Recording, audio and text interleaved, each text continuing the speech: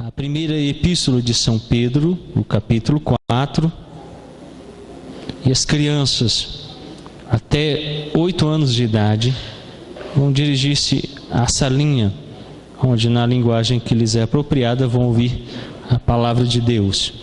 Primeira epístola de São Pedro, capítulo 4, leremos do verso 7 até o verso de número 11. Primeira epístola de São Pedro, capítulo 4, o verso 7, leremos até o verso 11. Para a nossa meditação esta noite de domingo, assim diz a palavra do Senhor. Ora, o fim de todas as coisas está próximo. Sede, portanto, criteriosos e sóbrios a bem das vossas orações. Acima de tudo, porém, tende amor intenso uns para com os outros, porque o amor cobre multidão de pecados. Sede mutuamente hospitaleiros, sem murmuração. Servi uns aos outros, cada um conforme o dom que recebeu, como bons despenseiros da multiforme graça de Deus. Se alguém fala, fale de acordo com os oráculos de Deus. Se alguém serve, faça-o na força que Deus supre, para que, em todas as coisas, seja Deus glorificado, por meio de Jesus Cristo, a quem pertence a glória e o domínio pelos séculos dos séculos. Amém. Oremos. Sejam bem aceitas as palavras da minha boca e o meditar do meu coração. Deus meu, rocha minha e meu Redentor, é o que oramos em nome de Cristo. Amém. Nós estamos avançando na série de sermões da Epístola de Pedro, com o tema principal de peregrinos e exilados, o povo de Deus, a Epístola de 1 Pedro. E temos observado um propósito nessa epístola. E Pedro resume esse propósito lá no capítulo 2, os versos 4 e 5, onde ele diz: chegando-vos para ele, a pedra que vive, rejeitada sim pelos homens, mas para com Deus eleita e preciosa. Também vós mesmos, como pedras que vivem, sois edificados casa espiritual, para serdes sacerdócio santo, a fim de oferecerdes sacrifícios espirituais agradáveis a Deus, por intermédio de Jesus Cristo. Observamos então, como propósito dessa epístola, que Pedro deseja encorajar os leitores a testemunharem sobre a verdadeira graça de Deus. Um outro propósito também é falar do sofrimento dos cristãos perseguidos no tempo em que Pedro e a igreja a quem ele escreve existiam. O grande Império Romano estava matando os cristãos. E nessa situação é que Pedro então escreve esta epístola, a fim de que eles sejam encorajados a testemunharem da verdadeira graça e que suportem os sofrimentos e a perseguição. Então, nessa noite, o meu tema é tratar acerca dessa ideia, como peregrinos e forasteiros podem viver num mundo em perseguição, usando os dons que Deus concede. Pedro começa nos falando no verso 7 que se aproxima o grande dia da consumação. Vocês que já estão acostumados com os estudos no livro de Apocalipse e outros que nós tivemos aqui em torno da escatologia, ou seja, o estudo das últimas coisas, compreendem que na teologia protestante ou a teologia reformada não há um fim do mundo, há um fim do sistema pecaminoso. O mundo será restaurado. Essa doutrina é muito clara na Epístola de São Paulo aos Romanos, lá no capítulo 8. A restauração do mundo que caiu. O propósito de Deus é restaurar este mundo e fazê-lo de novo como era lá no Jardim do Éden, lá em Gênesis, o capítulo 1 até o capítulo 2, quando depois vem a queda. E quando Pedro então chama os cristãos nesse momento, ele começa falando que com a proximidade do fim dos tempos, os cristãos devem ter vida exemplar. E o que marca essa vida exemplar? Eu me coloquei a pensar um pouquinho sobre o que significa ser cristão nesses dias. De manhã o reverendo Patrick Scherer nos falava acerca dessa ideia, quando ele esteve agora no Oriente Médio e conversando com algumas pessoas, dizem: olha, para mim às vezes a ideia de cristão não é boa. E ele, por quê? Por causa da Madonna, que com nudez e um comportamento que deve ser reprovado por todos, aparece na televisão com uma cruz pendurada no pescoço. Para o muçulmano, ela representa os cristãos.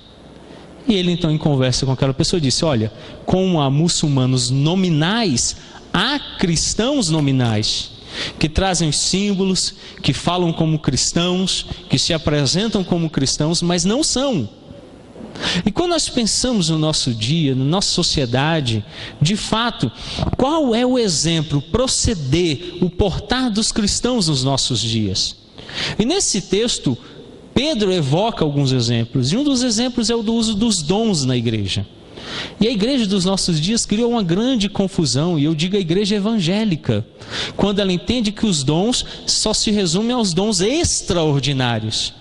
Toda a Bíblia e o Novo Testamento claramente, e a história da igreja nos primeiros séculos, apontam e demonstram que depois dos apóstolos os dons extraordinários cessaram e que já não existem mais, e que o que nós vemos por aí é falta daquilo que Pedro vai nos falar agora. E uma primeira marca na vida do cristão nos últimos dias que Pedro nos apresenta é a oração. Olha o que Pedro fala no verso de número 7. Ora, o fim de todas as coisas está próximo. Sede, portanto, criteriosos e sóbrios, a bem das vossas orações.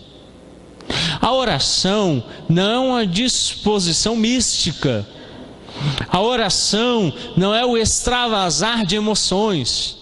Oração é algo de consciência. Pedro diz que para que os cristãos tenham a oração aceita, ele coloca duas questões. Primeiro, critério. Sede criteriosos. A mulher entra correndo no gabinete e diz: pastor, eu preciso que o senhor ore por mim. O que é? Fala, filha, aflita. E aí então diz assim: ora para que meu marido morra, eu não aguento mais ele. Isso é impossível. O pastor não pode pedir isso. Por mais que ele seja um esposo difícil, que ele não seja fácil de relacionamento, mesmo que em alguma situação ele esteja causando mal a ela, as Escrituras nos ensinam vários princípios. O primeiro, a vida pertence a Deus, não a mim. Segundo, Jesus nos ensinou que nós devemos orar pelos nossos inimigos, por aqueles que nos perseguem. A oração não é para que eles desapareçam, para que sumam. A oração é para que a graça os alcance. O critério é: será que eu posso orar tudo o que eu quero? Será que eu posso pedir o que eu quero para Deus? Ou será que Jesus não nos ensinou a orar dizendo: seja feita a vossa vontade? Jesus, o Filho de Deus encarnado, se submete ao Pai e diz que a vontade dele seja feita. Pedro diz então: o primeiro passo é critério. Depois ele classifica uma outra situação: sejam sóbrios. O sóbrio é aquele que tem consciência, sabe o que está fazendo. Ele não está tomado por alguma coisa que o faz perder o sentido, direção, que fala coisas sem significado. A sobriedade é a capacidade de coadunar as ideias com aquilo que é lógico, com aquilo que é coerente. Deus pode fazer coisas impossíveis? Sim, mas é Ele, não sou eu. Então a oração vai exigir do cristão uma vida de critério e sobriedade, para que essas orações sejam aceitas, como Pedro já nos ensinou há alguns sermões atrás. Pela graça de Deus, já estamos aí chegando no final da epístola. E quando Pedro estava falando sobre o relacionamento marido e mulher, ele disse que se o relacionamento não estiver bem, se eles não estiverem vivendo na presença de Deus, as orações podem ser impedidas. Veja que Pedro está dizendo que tem muito a ver como eu vivo com aquilo que eu oro, como eu me porto com aquilo que eu oro. Eu não posso falar uma coisa e viver outra. Então ele continua, e o primeiro passo é oração. E Pedro diz: a oração de vocês precisa ser uma oração de critério e sobriedade, porque senão elas vão ser impedidas. E ele acrescenta essa situação. Olha o que ele diz no verso 8: acima de tudo, antes de vocês pensarem em qualquer coisa, Pedro diz: porém, tende amor intenso uns para com os outros, porque o amor cobre multidão de pecados. O amor. Novamente, Pedro está instruindo os seus leitores sobre o amor. Olha o que ele diz no capítulo 1 da sua epístola, o verso 22. 1 Pedro, capítulo 1, verso 22. Tendo purificado a vossa alma pela vossa obediência à verdade, tendo em vista o amor fraternal não fingido, amai-vos de coração, uns aos outros ardentemente. Pedro agora volta de novo, e ele está dizendo para a igreja novamente: vocês querem que as orações de vocês sejam aceitas? Vocês têm que agir com sobriedade, vocês precisam estar conscientes do que vocês fazem e de serem criteriosos. Mas antes disso é preciso amar. Antes disso é preciso amar. Nós vivemos numa época que o amor é algo não desejado. Amar é viver conforme 1 Coríntios capítulo 13. Abra sua Bíblia lá, para você entender o que é amor. E por que nossa época não deseja o amor, e os homens não vivem o amor. Primeira epístola de São Paulo aos Coríntios, capítulo 13, a partir do verso 1. O verso 31 do capítulo 12 diz assim: entretanto, procurai com zelo os melhores dons. E aí Paulo começa dizendo: eu passo a mostrar-vos ainda um caminho sobremodo excelente. Ainda que eu falasse a língua dos homens e dos anjos, se não tivesse amor, serei como o bronze que soa, como um símbolo que retine. Ainda que eu tenha um dom de profetizar e conheço todos os mistérios e toda a ciência, ainda que eu tenha tamanha fé a ponto de transportar os montes, se não tiver amor, nada serei. Ainda que eu distribua todos os meus bens entre os pobres, e ainda que entregue meu próprio corpo para ser queimado, se não tiver amor, nada disso me aproveitará. O amor é paciente, é benigno. O amor não arde em ciúme, não se ufana, não se ensoberbece, não se conduz inconvenientemente, nem procura os seus próprios interesses, não se exaspera, não se ressente do mal praticado contra si mesmo, não se alegra com a injustiça, mas se regozija com toda a verdade. Tudo sofre, tudo crê, tudo espera, tudo suporta. O amor jamais acaba, mas havendo profecias desaparecerão, havendo línguas cessarão, havendo ciência passará, porque em parte conhecemos e em parte profetizamos. Quando, porém, vier o que é perfeito, então o que é em parte será aniquilado. Quando eu era menino, falava como menino, sentia como menino, pensava como menino.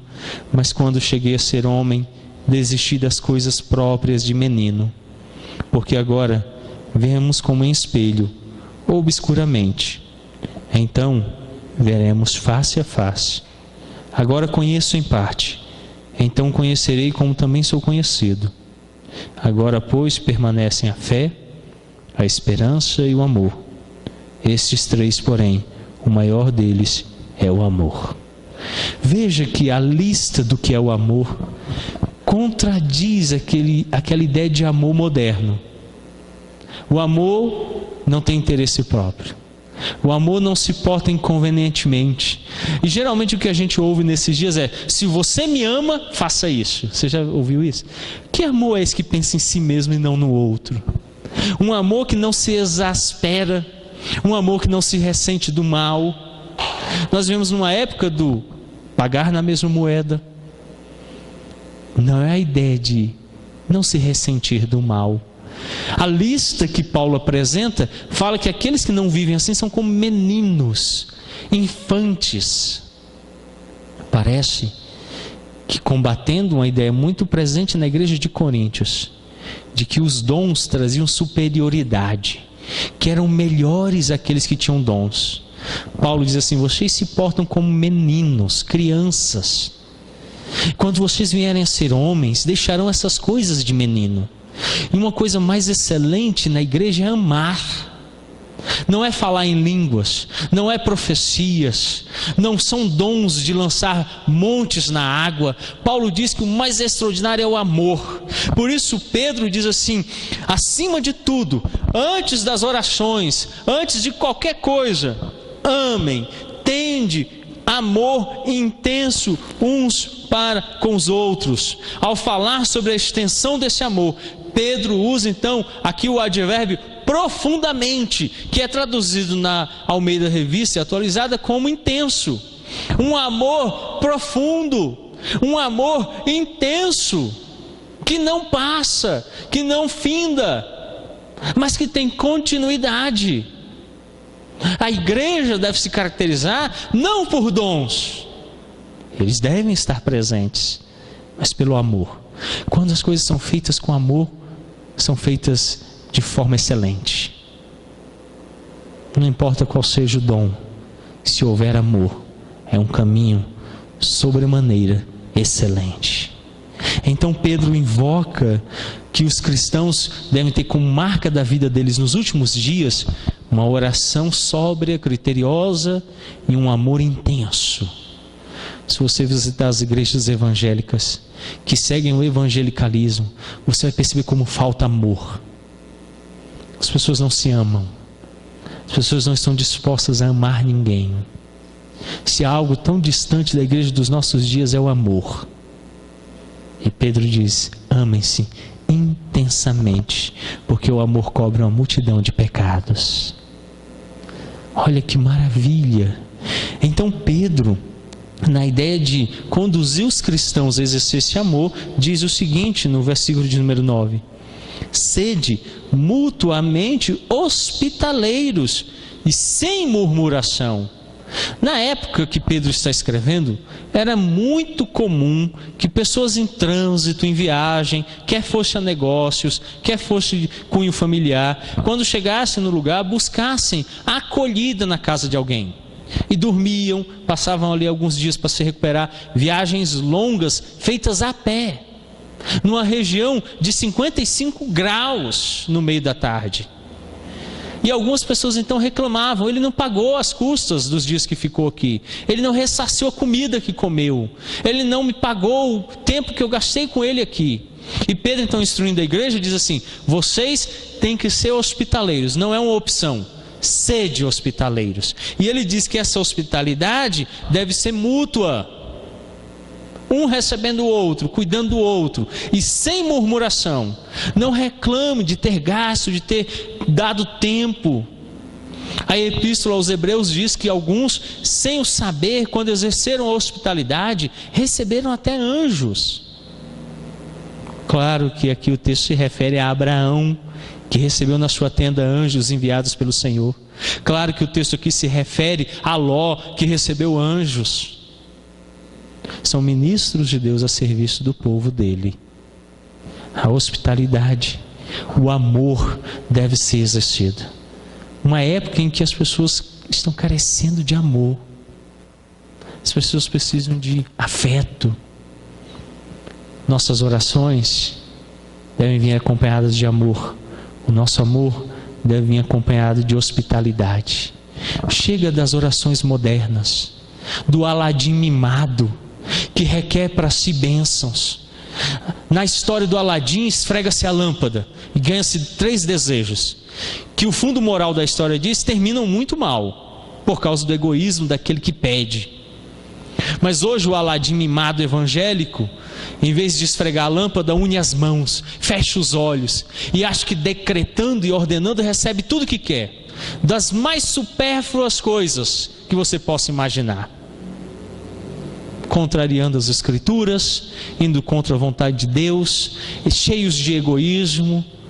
Uma oração unida com amor e hospitalidade, orar para que o reino de Deus se apresente entre nós. para que Deus seja glorificado em nossas vidas, para que a vontade dele seja feita. Assim, os cristãos se tornam aptos à prática da hospitalidade. E os forasteiros e peregrinos a quem Pedro escreve, recebem então dons. E que dons são esses que são concedidos à igreja? João Calvino, comentando este texto, diz o seguinte: dentro da igreja, ninguém deve contentar-se com uma só coisa e com seus próprios dons, mas todos têm a necessidade de socorrer e ajudar seu irmão. É o que diz João Calvino na Epístola de Pedro, página 130. O que Calvino diz, comentando este texto, é: ninguém deve contentar-se com a ideia de ter um dom para si, ou guardá-lo para si, mas antes deve aplicar este dom na necessidade de socorrer e ajudar o seu irmão. Por isso agora Pedro apresenta a partir do verso 10 os dons, e ele diz: servi uns aos outros, cada um conforme o dom que recebeu, como bons despenseiros da multiforme graça de Deus. Entenda uma verdade: quem concede dons é Deus. Você não tem autorização para buscar dons. Você não pode criar dons em você. A Bíblia está declarando aqui: servir uns aos outros, cada um conforme o dom que recebeu. É Deus que dá. A palavra dom em si mesmo já significa presente, dádiva. Ninguém requer presente para si. Ninguém chega e pede um presente. Um presente é dado. O presente é fruto de um agradecimento da outra parte ou do desejo da outra parte. Olha, quando eu vi isso aqui, eu pensei em você. E aí ele vai lá, compra e dá, porque ele acha que aquilo se encaixa com a pessoa. Os dons são dados por Deus. É Deus que concede dons. E ainda Pedro diz: servir uns aos outros. Pedro está dizendo que todos têm dons. Cada crente tem pelo menos um dom. E a ordem de Pedro: sirva agora um ao outro. Outra característica do dom é que o dom serve para a edificação. O dom serve para trazer edificação. Que edificação haveria se essa noite eu lesse o texto bíblico em grego? Quantos aqui seriam capazes de entendê-lo? Nenhum proveito haveria. É por isso que Paulo diz assim: se alguém fala em línguas, e o termo que ele usa no grego denota o idioma de uma etnia, de uma nação, de um povo, Pedro então diz que haja intérprete. A palavra intérprete no grego é a palavra hermeneu, que dá origem em língua portuguesa à palavra hermenêutica, que significa interpretação. Se não há intérprete, não fale, diz Paulo, guarde para si, porque se o incrédulo entra, vai pensar que vocês estão loucos. Para quê? Pedro então diz assim: usa o dom para servir o outro. Hoje não precisa de dom de línguas, tem um wizard bem aqui do lado. Você pode ir lá aprender inglês, chinês, francês, alemão. Na época não existia. Deus então, de forma milagrosa, falou a muitos povos, de muitas línguas e muitas nações. Em Atos, do capítulo 2, a lista é exaustiva de nações presentes ali. E cada um ouviu no seu próprio idioma e se maravilharam com a palavra de Deus. Hoje não precisa mais. Hoje já não há mais necessidade.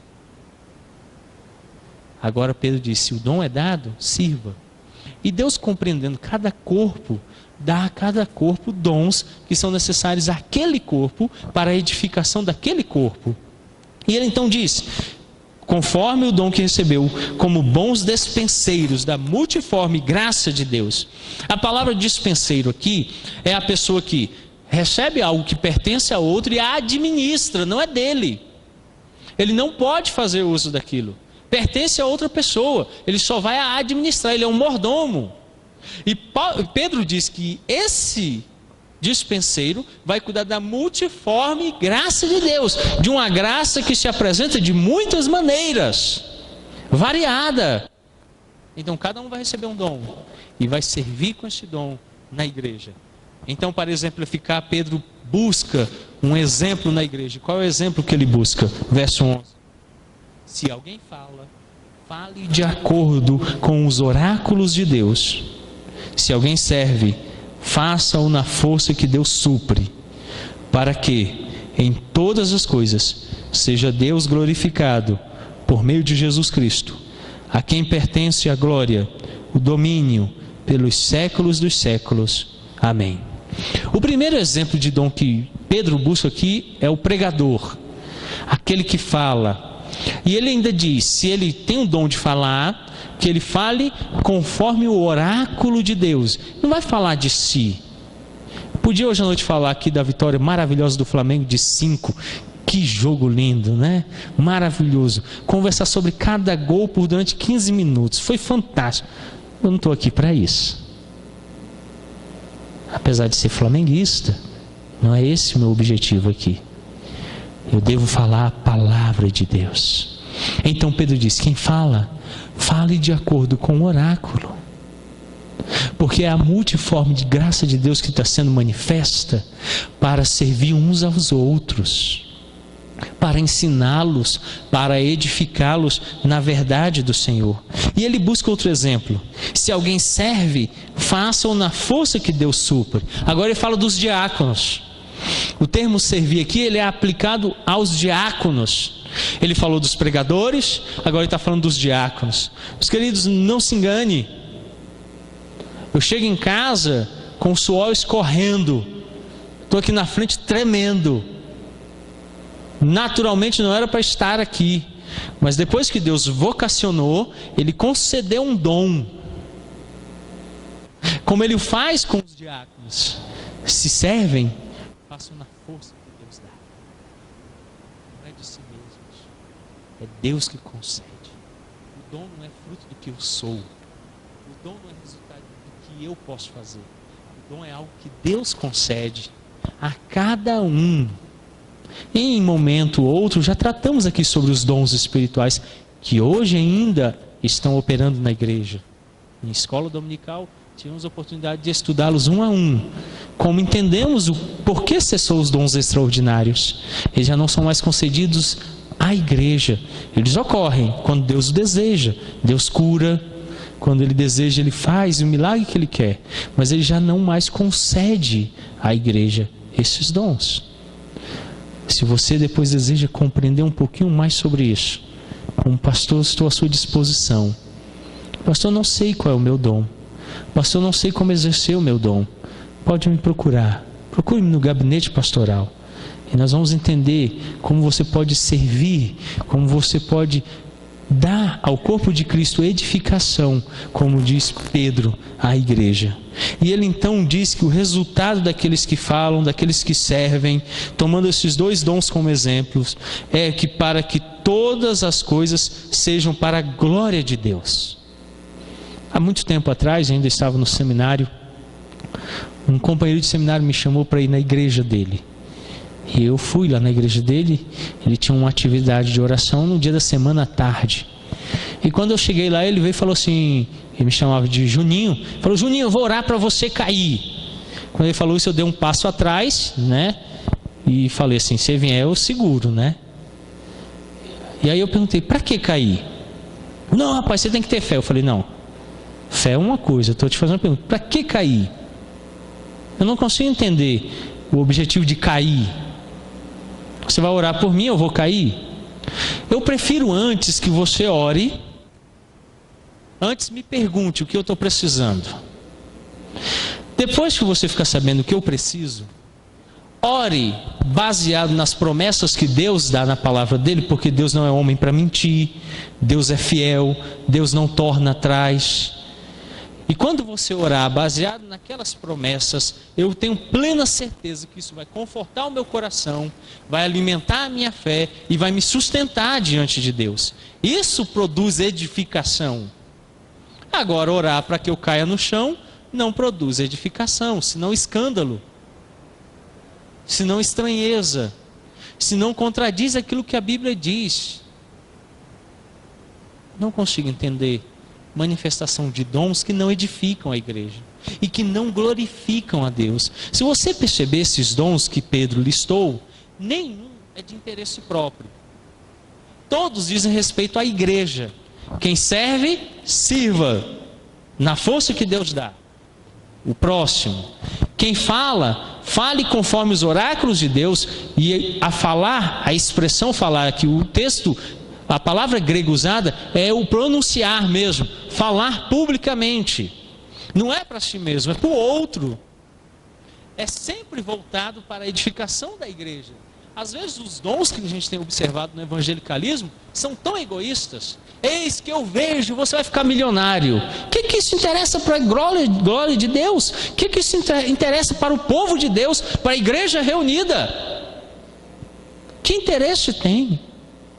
Quando alguém chega lá, fala um monte de palavras sem significado e sem sentido, que ninguém entende nada.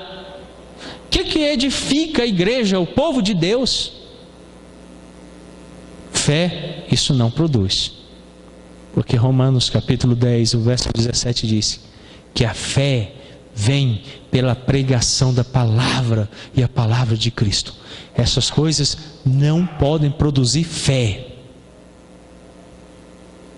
Então, se você está esperando fé com esses sinais, você nunca terá fé.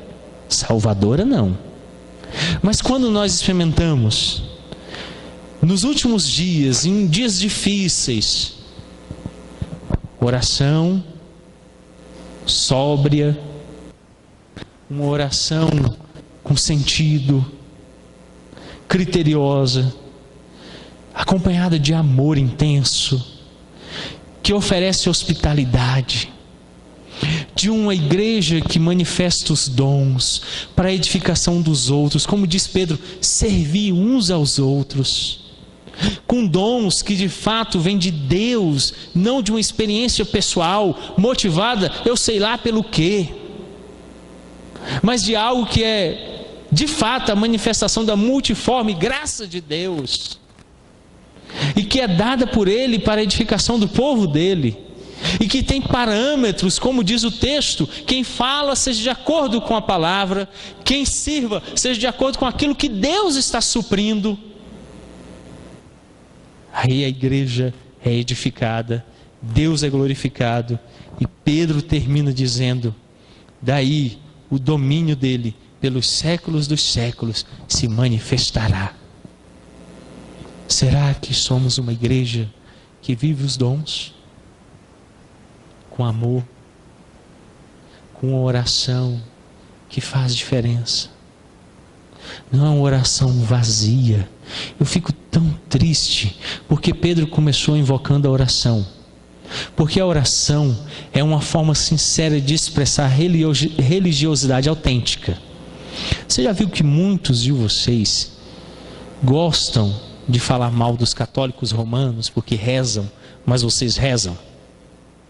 Ora, a mesma coisa, as mesmas palavras, sem significado, sem sentido. Alguns parecem um mantra, coisa de monge budista que fica lá fazendo barulho. Quando você pergunta para o cara o que ele orou, ele não sabe. A base para o que ele disse, ele não conhece um texto bíblico para dizer, eu falei aquilo porque Deus me disse. Você deve saber que a única forma de orar é orar conforme as Escrituras. Senão você vai contrariar a vontade de Deus. Como é que você vai então pedir para Deus algo que Ele disse que não vai dar para você? Você só pode pedir para Ele aquilo que Ele disse, eu darei.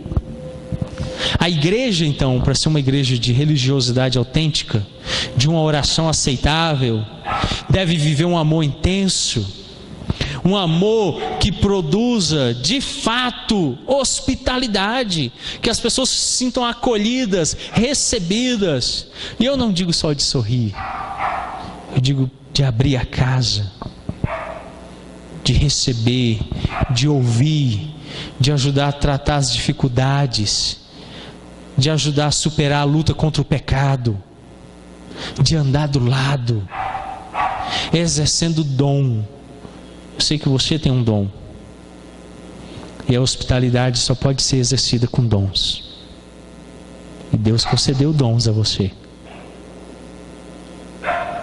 E eu quero ver você exercendo esses dons, para que, como peregrino e forasteiro, o mundo olhe nos últimos dias, como Pedro exortou, o fim de todas as coisas está próximo. Possa dizer: a igreja vive e a igreja tem manifesto a glória de Deus entre nós. Curva a sua fronte, feche os seus olhos. Vamos orar, vamos falar com Deus. Pai querido, de fato se aproxima o fim de todas as coisas, o dia da consumação. Como é que somos, de fato, vistos como igrejas em um mundo que nos odeia, que nos persegue, em meio a tantos sofrimentos? Como estes peregrinos e forasteiros têm se manifestado como igreja? A bem de que nossas orações sejam ouvidas, Pedro exorta a sermos criteriosos. Será que temos observado com critério as Escrituras? Será que a nossa fé tem de fato se manifestado em obras? Por isso Pedro nos convida a viver o amor, um amor intenso, profundo. Não é superficial, não é dominical, não é aparente. É um amor que permeia toda a nossa vida. Por isso produz hospitalidade, faz com que nossos lares sejam lugares de graça, onde as pessoas possam ser acolhidas.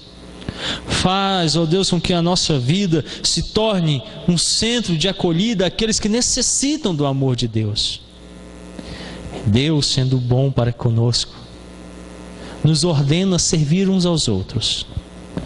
Para esse serviço Ele nos concede dons, dons que devem invocar a graça dEle, que não são para escândalo, mas para edificação, que não são para proveito pessoal, mas antes para o serviço dos outros.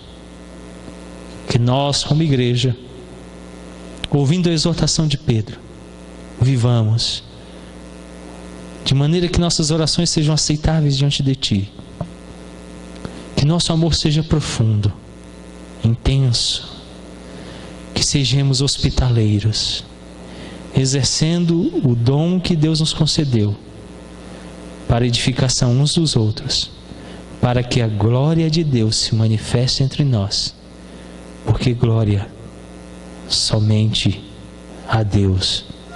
Este é o nosso lema, Pai.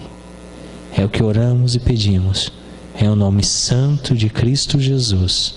Amém.